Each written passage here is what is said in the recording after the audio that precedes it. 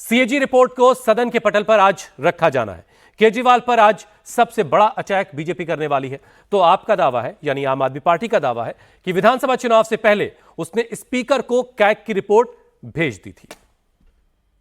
इस सदन में जो सबसे महत्वपूर्ण बात आने वाली है, जो हमने कही थी कि पहले ही सदन में सीएजी की रिपोर्ट हम सदन के पटल पे रखेंगे। जनता की गाढ़ी खून पसीने की कमाई, जिसका पिछली सरकारों ने दुरुपयोग किया, एक एक रुपए का हिसाब जनता को देना होगा।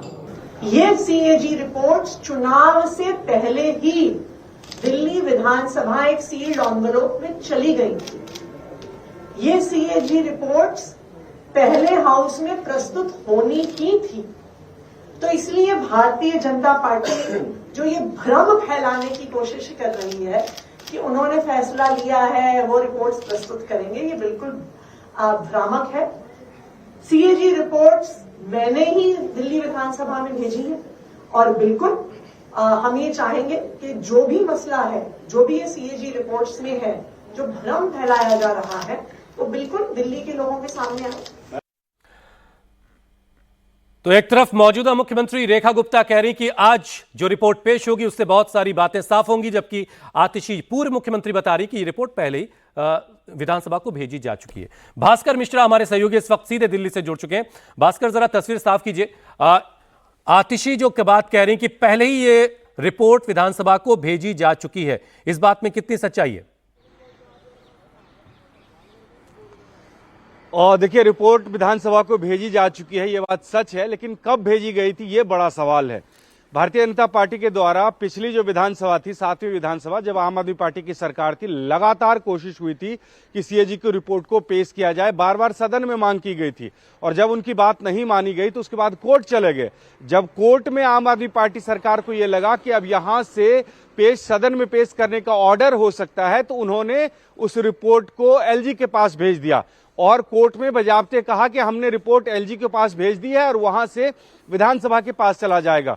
और इस सब में इंतजार किया जा रहा था कि दिल्ली की चुनाव की घोषणा एक बार हो जाए, उसके बाद विधानसभा का सत्र नहीं बुलाया जा सकता है और ऐसे में आम आदमी पार्टी इस रिपोर्ट्स को पेश करने से बच जाएगी। ये कोशिश करते हुए आम आदमी पार्टी जरूर दिखी है।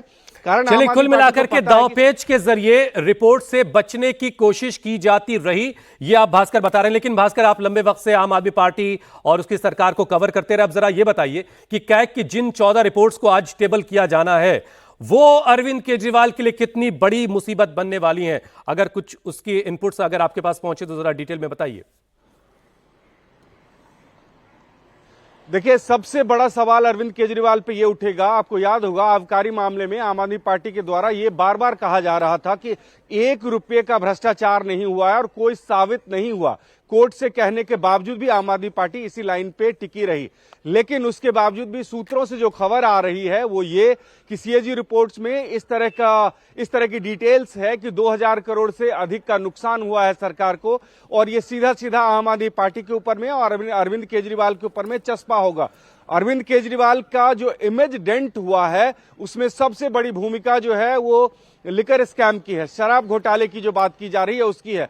और आज ये ऐसा लग रहा है, जैसे कि सूत्रों से जानकारी मिल रही है, कि अगर सीएजी रिपोर्ट में आ जाता है कि 2000 करोड़ से ज्यादा का नुकसान हुआ है सरकार को, तो ये सीधा सीधा अरविंद केजरीवाल के ऊपर में ये रिपोर्ट चस्पा हो जाएगा कि आपके कार्यकाल में आपके मुख्यमंत्री रहते हुए और आपने जो रिपोर्ट बनाई थी उसमें ये भ्रष्टाचार हुआ है। इससे बचने की कोशिश थी आम आदमी पार्टी की कि कम से कम चुनाव के वक्त तक ये स्थिति ना आए, उसके बाद जवाब दिया जाएगा। अरविंद केजरीवाल और आम आदमी पार्टी को यह पता है कि सीएजी रिपोर्ट का राजनीतिक मायने क्या होता है।